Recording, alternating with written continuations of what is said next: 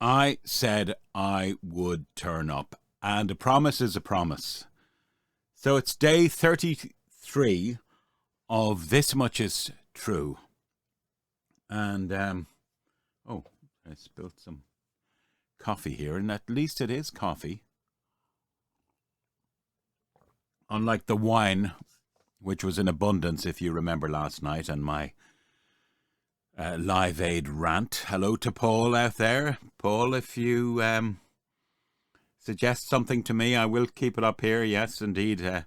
Why not? We'll have a Live Aid weekend sometime, and where all us old geezers will get together and recall what exactly we were doing on July the 13th, a Saturday, 1985. Probably the greatest day ever in the history of humanity. I mean that. Possibly the best day ever. Certainly if you were lucky enough to be young back then. So thank you, Paul. I think you were the third contributor in about 30 episodes of This Much Is True. Indeed, I may be on the coffee tonight, but because it's a bank holiday, I have imbibed in a couple of glasses of red wine beforehand.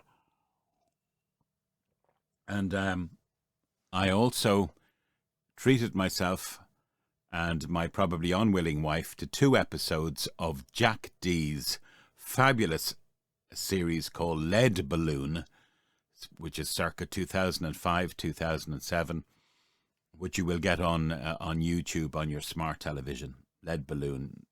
He's an acquired taste, Jack D, but I love him. Sad thing about Jack D is about 2 years back, he came over to do a concert, and he was complaining at the time because Aer Lingus had lost all his stage gear at the time, his show business suit and what have you. And we love Jack D here because of Lead Balloon largely, but we forgot to go. It was just one of those busy Saturdays. We were kicking ourselves. He was on in the Olympia, and we just forgot about his gig. What a waste of money. But Jack D is a good guy to watch. As is Steve Coogan. You can tell the wine's on board.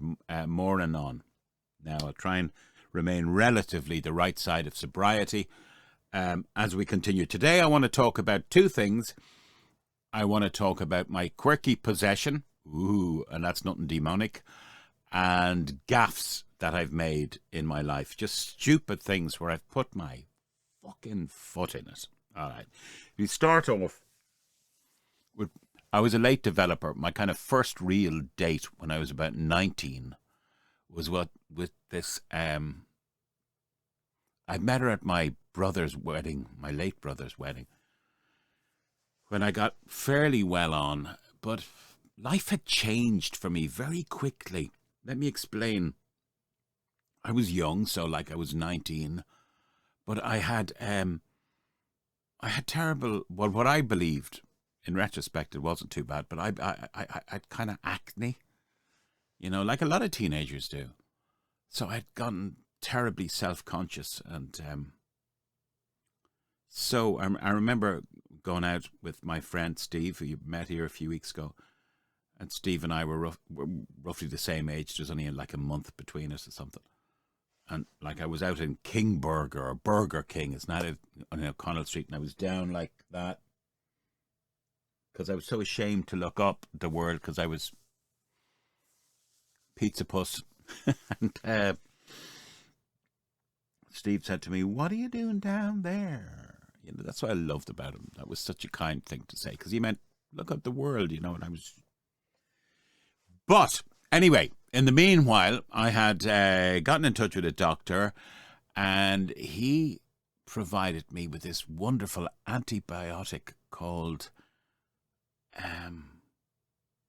tetracycline. Now, don't quote me on medical stuff, but it was tetracycline, C-clean, or whatever. And suddenly I took this, and it was like a new me. You won't remember it, but there was a Stephen King book and subsequent movie called Christine. And Christine was this 1950s car that this poor unfortunate geek of a teenager had bought for half nothing, and he restored it, but the car had a spirit. I know, just bear with me. And suddenly, from being the nerd in town and the guy that, you know, had sand kicked in his face, he became this cool kid overnight. And what tetracycline did for me is it wiped out my acne overnight. And overnight, I distinctly remember having 3 girlfriends on the go within the space of 2 weeks, from like a starting position of nothing. My confidence just went super stratosphere, and I was able to look the world and girls in the eye again. And this girl, I think she was like 10 years my senior. She was 29. We won't give any names away, but I met her at my brother's wedding back in 1983. And I got fairly well on, but if I say so myself, I had the old gift of the gab, you know. And a cousin of mine, who's a late cousin as well, he actually drowned, this guy. And he was a kind of real hard man, and he had been in there getting on with this, I don't want to use words like chick, because that's so, you can tell I've had a few glasses of wine, but anyway. Because it's a bank holiday. That's my excuse. By the way, this is cool. CK. You know, I'm not, but I do. Yeah. What the? Oh, yeah. It's nice. In the old ear hole.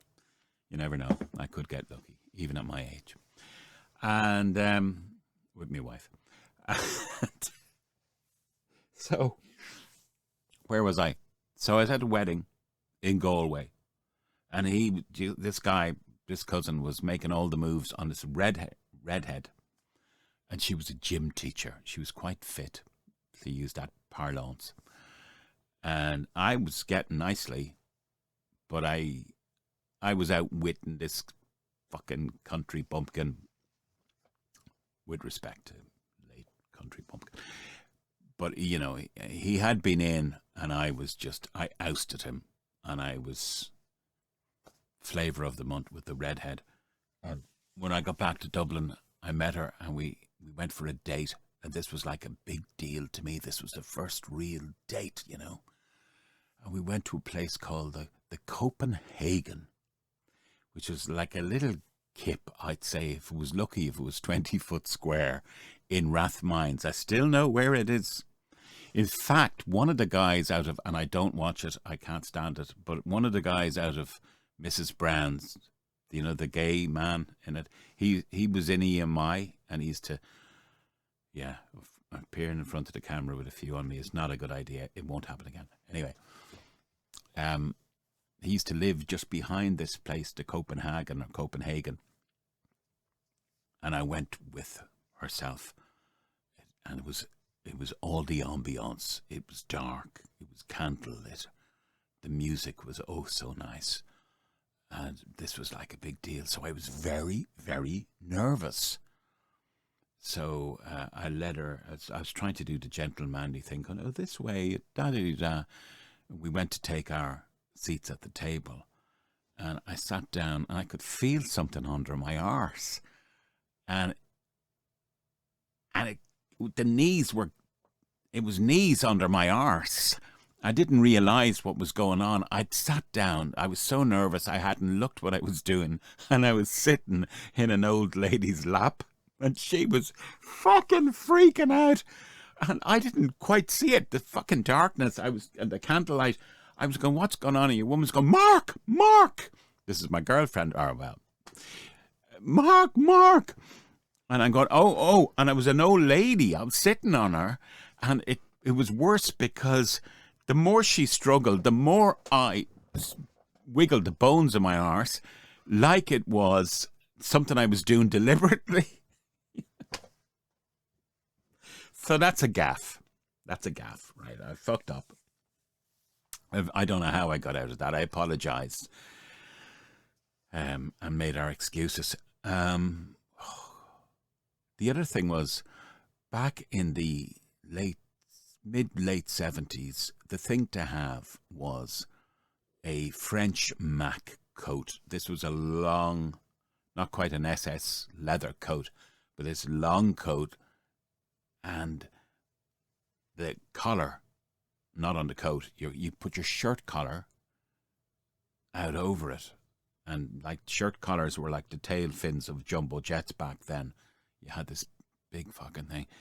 And I thought I was the dog's bollocks in this thing. Now, this is even before the girlfriend of age 19, so I don't know what I was, 15 to 17 years of age. The other accoutrement, which was, you know, the must-have, was the platform shoes. So I had these big fuck-off platform shoes. They were about 6 or 7 inches tall, right? And I distinctly, and this will date it for you, for us Irish people and Dubliners, Grafton Street was at that stage not then pedestrianised. There was traffic going down. So I'm standing like freaking a poor man's Napoleon at the top of Grafton Street in my French Mac with my probably cheesecloth shirt out over the lapels. And I had my hands in my pocket and my platform shoes on. Suddenly I lost my footing. And if you know Grafton Street, back then anyway, it was at a gradient. And I start rolling arse over tit with my hands in my pockets. And I could see these disembodied faces in panic around me. And I distinctly remember one old Dublin dear going, "Jesus, that man is going to be killed." And that was quite an astute observation, because my head at that stage was probably less than 2 inches away from a car tyre. And so I was rolling down Grafton Street, which is a wonderland, with my hands in my pocket. I couldn't free myself.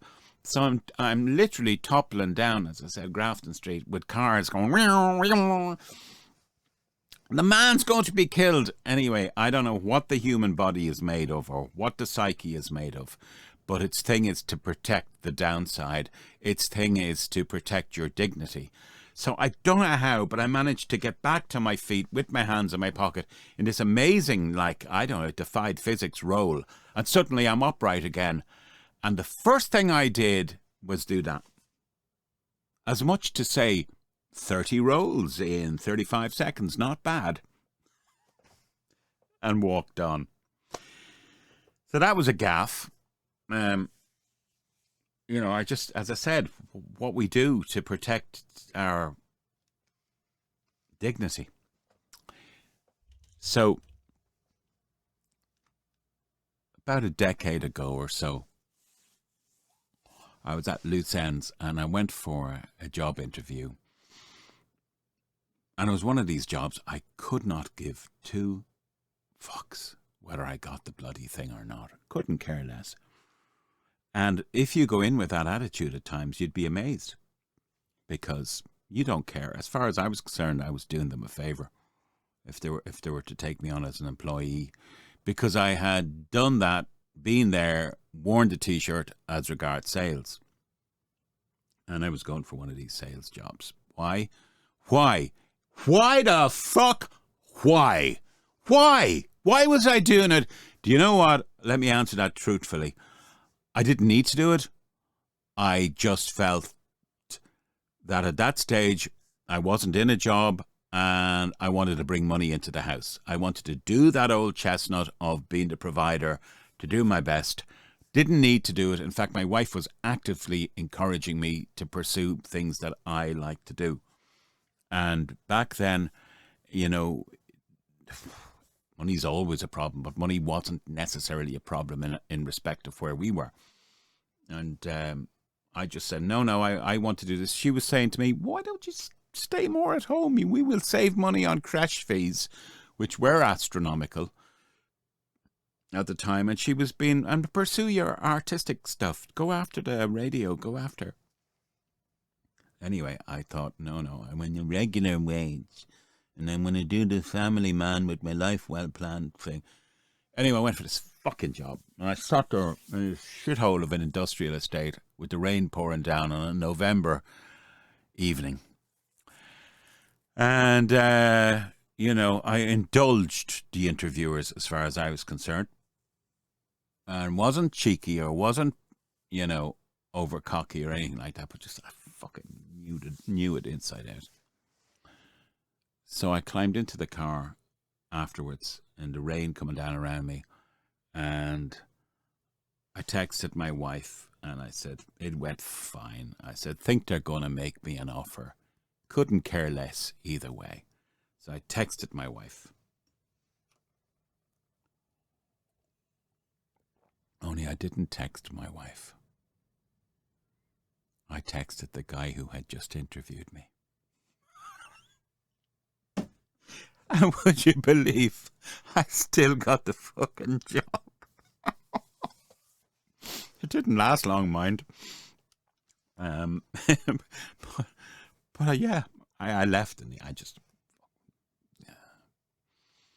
And that was like, talk about putting your foot in it. And finally, when it comes to gaffes, my mother used to have a turn of phrase, and it was just one of these old down-a-homeisms, wherever she got it from.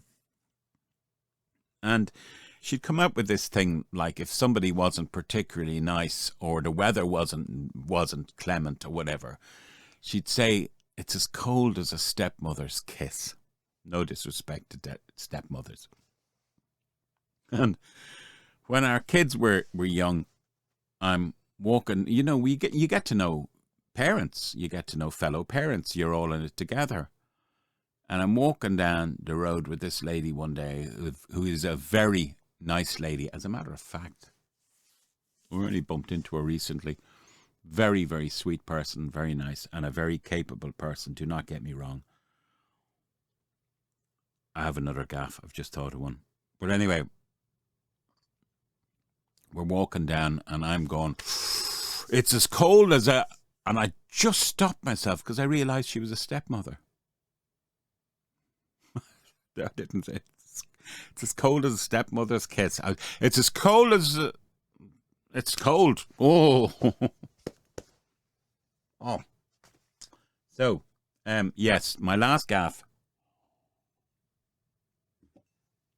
Again, it's not to be offensive to anybody at all. It's just circumstantial. So, in fact, will I talk to you about my quirky possession? It's getting too late now. Like, it's 17 minutes in. That's my quirky possession. Yeah, final gaff. So, we're out at one of these, yeah, like a little community thing. We've got this little area we all live in, about 20 of us. And every so often, I'm talking like every 5-6 years, people get together and break bread and have a drink together. And I've got two beautiful neighbours. Please do not get me wrong. They're close, sweet, wonderful. I cannot give them enough superlatives. And let's call them, let's just say John and Mary, right? So drinks were flowing and everything was fine, and everyone was like, neighbours, everybody needs good neighbours. And coffee was being poured at the end of it. And the guy says to one of my neighbours, how do you like your coffee? And I was just about to say, like her men, black. Like this was funny. Like, I thought, I know you can't open your gob these days. It wasn't meant to be. Oh, I'm not even going to go there. That is not what I meant. And I was going, and she's going, Mary likes her coffee. And I was just about to say black. And I realised at the top of the room, there's two guys who were in our neighbourhood. And I think they were medical students and they were black. And I just didn't, stopped myself at the last second. And I said, like her men, weak. And her husband sitting beside her. Like her husband, who's my friend, I mean, he's my neighbour, is sitting beside her. And I said, she likes her coffee like she likes her men, weak. Because it was literally a last minute thing. collision avoidance tactics. I didn't want to insult the two guys who weren't even known to. I just was vaguely aware of them. So Mary looks at me and takes it in pretty good spirit, but looks at me as much to say, fuck you, did you just insult my husband? And her husband looks at me kind of the same. Now, I said it to him afterwards. I said, John, I said, like, here's what happened. And he said, oh, you're fine, don't worry about it, I'm going, no, I didn't mean to insult you or Mary. It was just a stupid bloody thing. Anyway, look, you either find that funny or you don't, or you want to get up on your high horse about it. Honest to God, it was. Take it. It was what it was, and that's what I meant. Anyway, quirky possessions. I'm not talking about anything demonic. I'm talking about things I might own that are a bit unusual. Now, I think, and it's close because I love Ricky Gervais, but my favourite comedian, I'm sorry if you're in the US, you're not really going to relate to this, is a guy called Steve Coogan. And I love Steve Coogan. There's not very much that Steve Coogan has done that I don't know about. Steve Coogan is a Mancunian from Manchester, but he's very Irish. His mother was Irish, is Irish. I think he lost his father in the last few years. His father was English. And Steve Coogan, to me, to my mind, is a genius. He is a comic genius. I love Steve Coogan so much that when he was probably at one of his heights, and there has been a few heights he's been at, with the Alan Partridge thing, and I used to look at Alan Partridge, and I used to just fall around laughing. I didn't, especially when I didn't know what it was first. I thought for a while it was, for a very short while, I thought, is this a real chat show host? And back when I got into him at the start, I was young and free and single. I bought my own apartment, and I had disposable income, and I had this big fuck off television set that I got. You know, treat yourself when you're in your, what would I be, in late 30s, before I met her, my good lady. And I had this place in Rathgar in Dublin, this apartment, this big TV, and I'd put on this thing, and this would come up. Knowing Me, Knowing You, which is a spoof chat show with Steve Coogan in it, acting the part of Alan Partridge. And I thought this was the funniest guy, and I still do, that I'd ever seen. You know, now there's a few comic greats.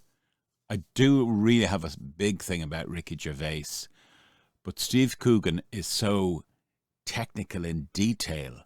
He's forensic. You know, he is a perfectionist, and he's just, you either like him or you don't, but I find him incredibly funny. I know pretty much all the Alan Partridge series, all the lines. They've become interwoven into my life as things I say, just lines out of his old shows. And he's a man probably 2 years younger than me now, or 3 years maybe, 57, something like that. And he's achieved it all. He's just wonderful. So comic genius, to my mind, would be Steve Coogan. I have to say, harken back, and even before my time, but I got into him, and he was a tragic figure. Come on, get to it, Mark. What's his name? Tony Hancock. Tony Hancock. Hancock's Half Hour. You can see him thinking, which is, it's black and white largely, all his work. He took his own life. He thought he wasn't funny in 1968 or whenever it was. Killed himself in Australia. He went down, got depressed, drank himself, took some pills or something. Tony Hancock was a comic genius in that kind of tragic vein of taking himself too seriously, and incredible. I know, I've just named the three brilliant people in my life, comic-wise. But top of the pops is Steve Coogan, a living legend. And it's funny, it's a funny old world.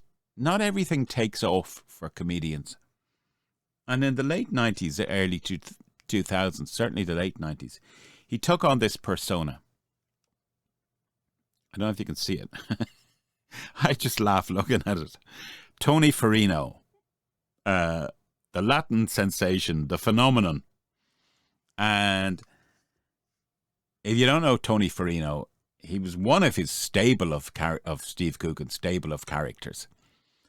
And I actually went to see this show that he did called The Man Who Thinks He's It. Myself and my wife went off to London in probably 1998, and and we had the life. We didn't have children back then, and we went to see Steve Coogan in the Lyceum Theatre. One of the characters was Tony Farino, who's based on a Latin Eurovision song winner.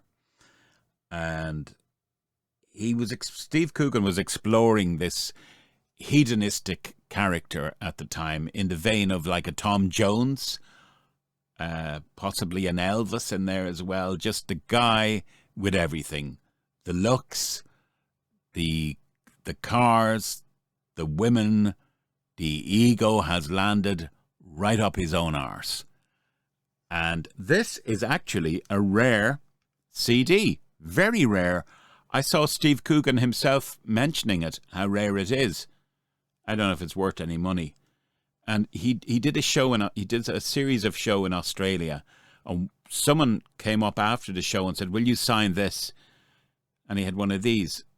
And Steve goes, "Wow, he got the CD. That's really rare." So it's rare. But Tony Farino, the Latin lover, I'm doing a very bad impression of him.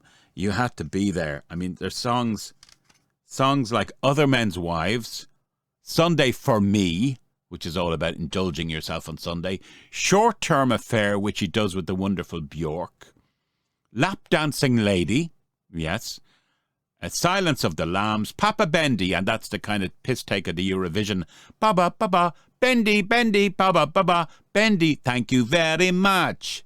It's going to lose a lot in translation, unless you know what I'm talking about.